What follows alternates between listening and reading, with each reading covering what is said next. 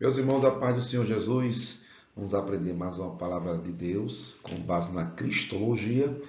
E hoje nós iremos abordar aqui Cristo como o Cordeiro Pascal. Então, com base em Êxodo, no capítulo 12, e o versículo de número 3 a 6, diz assim a palavra do Senhor: Falai a toda a congregação de Israel, dizendo: aos 10 desse mês, tome cada um para si um cordeiro, segundo as casas dos pais, um cordeiro para cada casa. Mas se a família for pequena para um cordeiro, então tome um só com seu vizinho perto da sua casa, conforme o número das almas, conforme o comer de cada um, e farei a conta para o cordeiro. O cordeiro ou cabrito será sem mancha, um macho de 1 ano, o qual tomarei das ovelhas ou das cabras. E guardareis até o 14º dia deste mês, e todo o ajuntamento da congregação de Israel o sacrificará à tarde. Então, com base aqui nesse texto, aqui do Êxodo, o contexto mostra que quando Deus estava para derramar a 10ª praga, que seria as mortes do primogênito, então Deus pediu para que a nação de Israel pudesse pegar um cordeiro, macho de 1 ano, e imolasse esse cordeiro e com seu sangue colocasse nos umbrais e nas vigas das portas. Porque à meia-noite ia passar ali o anjo do Senhor, e a casa que não tivesse ali a marca do sangue ia morrer o primogênito. Mas eu queria chamar a atenção para vocês, já fazendo esse resumo geral desse contexto. O versículo 5 diz assim: o cordeiro ou cabrito será sem mancha. Então, Cristo Jesus veio sem pecado, E tinha que ser de 1 ano. Esse 1 ano aí revela o seu curto ministério. Então, Cristo morreu muito jovem e ele teve somente um ministério de 3 anos. E se você observar, guardarei até a 14º dia. Por que deveria ser guardada? Porque o cordeiro ia passar por exames, análise, para ver se tinha alguma mancha. Então, Cristo, no seu julgamento, ele passou pela mão de vários homens, Pilato, Herodes, Caifás, enfim, e não achou-se culpa aí em Cristo Jesus.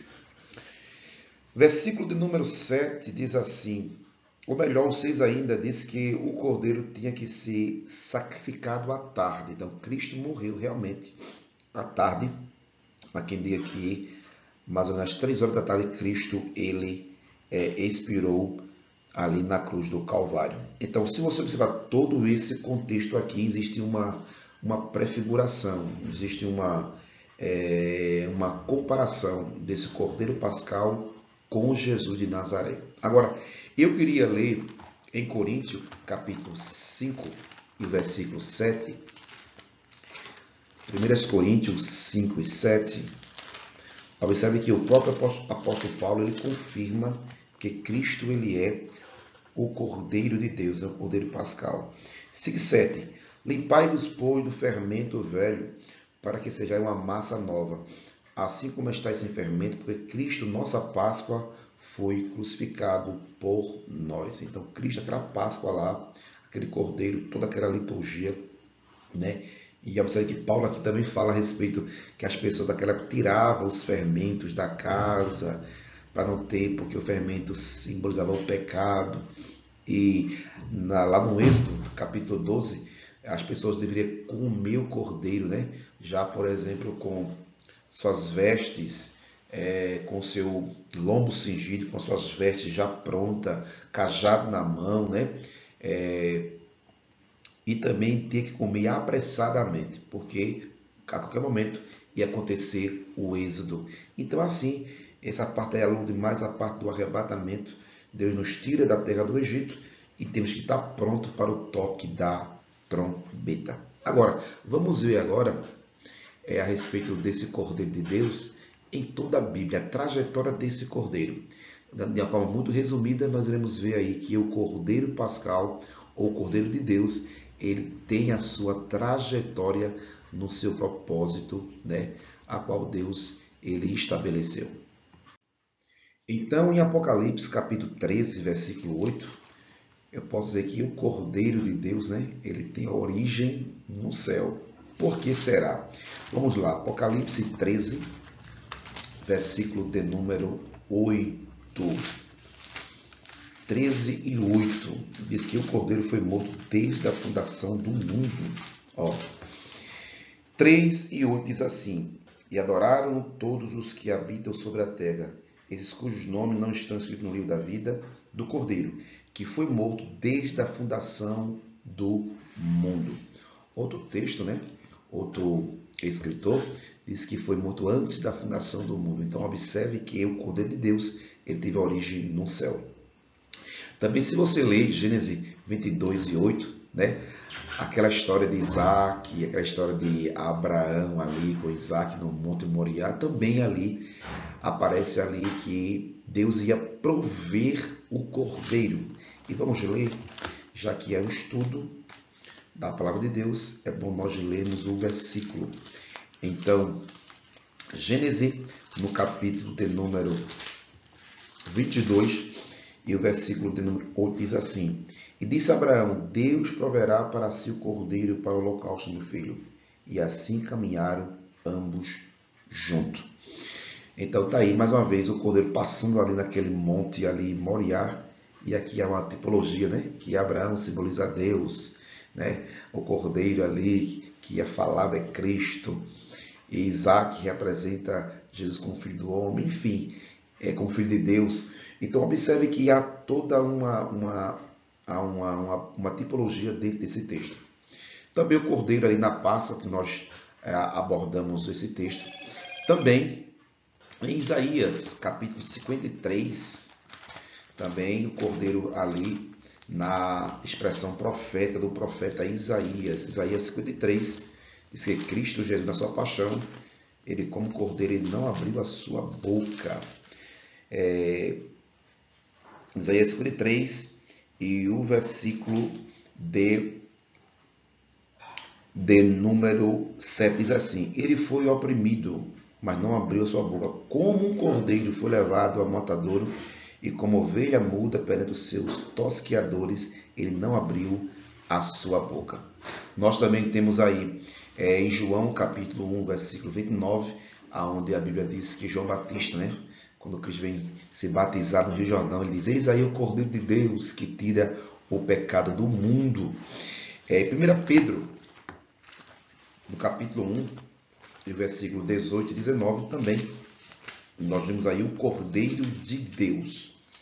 1 Pedro 1 e 18 e 19 diz assim, vou ler logo o 19: Mas com o precioso sangue de Cristo, como de um cordeiro imaculado e incontaminado. Também Jesus, ele como Cordeiro de Deus, nós podemos entender ele ali na Santa Ceia em Mateus capítulo 26, que seu sangue foi derramado. E para fechar, nós temos aí o Cordeiro no céu. E lá em Apocalipse é interessante, né, que esse Cordeiro aparece com a imagem extraordinária. Apocalipse, no capítulo de número 5, e o versículo de número 8 diz assim: E havendo aberto o livro, os 4 animais e os 24 anciãos prostraram-se diante do Cordeiro, tendo todos eles harpas e salva de ouro, cheia de incenso, que são as orações dos santos.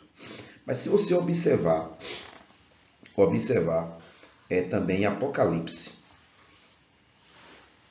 no capítulo 5, versículo 6, diz assim: E olhei, e eis que estava no meio do trono dos 4 animais viventes, entre os anciões, um cordeiro, como havia sido morto, tinha 7 pontas e 7 olhos, que são os 7 Espíritos de Deus enviados a toda a terra. Então, o Cordeiro de Deus, ele tem essa trajetória.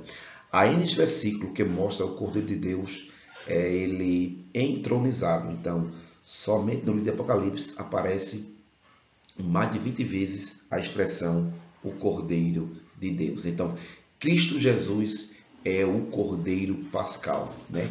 Ele morreu em nosso lugar para dar vida eterna e vida com abundância. Então eu queria que você aí, que está ouvindo esse estudo, entendesse que nós somos eternamente dependentes desse Cordeiro de Deus. O sangue de Jesus Cristo, ele nos purifica de todo o pecado. É bem verdade que nós temos nossos devaneios, nossas falhas, mas, como disse João, filhinho, se pecares, tem um advogado. Então, o sangue do Cordeiro tem poder para libertar, para transformar, para mudar a nossa vida, a nossa história. Então, eu louvo a Deus e glorifico ao Cordeiro de Deus que tira o pecado do mundo. Então, foi pelo Cordeiro que Deus reconcilia todo este universo pelo sangue de Jesus, o nosso Senhor. Glória a Deus por isso. Então, meus irmãos, queremos orar a Deus, agradecer por essa reflexão bem rápida, né? Queria esticar mais esse estudo, mas é bom nós falarmos pouco para os irmãos compreender e ter aquela vontade de pesquisar, analisar a respeito do Cordeiro de Deus. Pai de amor, Senhor Deus Jesus, abençoa teus servos, teus filhos. Estão, Pai, nesta dia de hoje, Jesus, que ele possa aprender tua palavra, ajude cada um deles, que teu sangue cubra cada um deles, que teu sangue, Cordeiro de Deus, possa alcançar até vidas e transformar e mudar no nome de Jesus. Amém.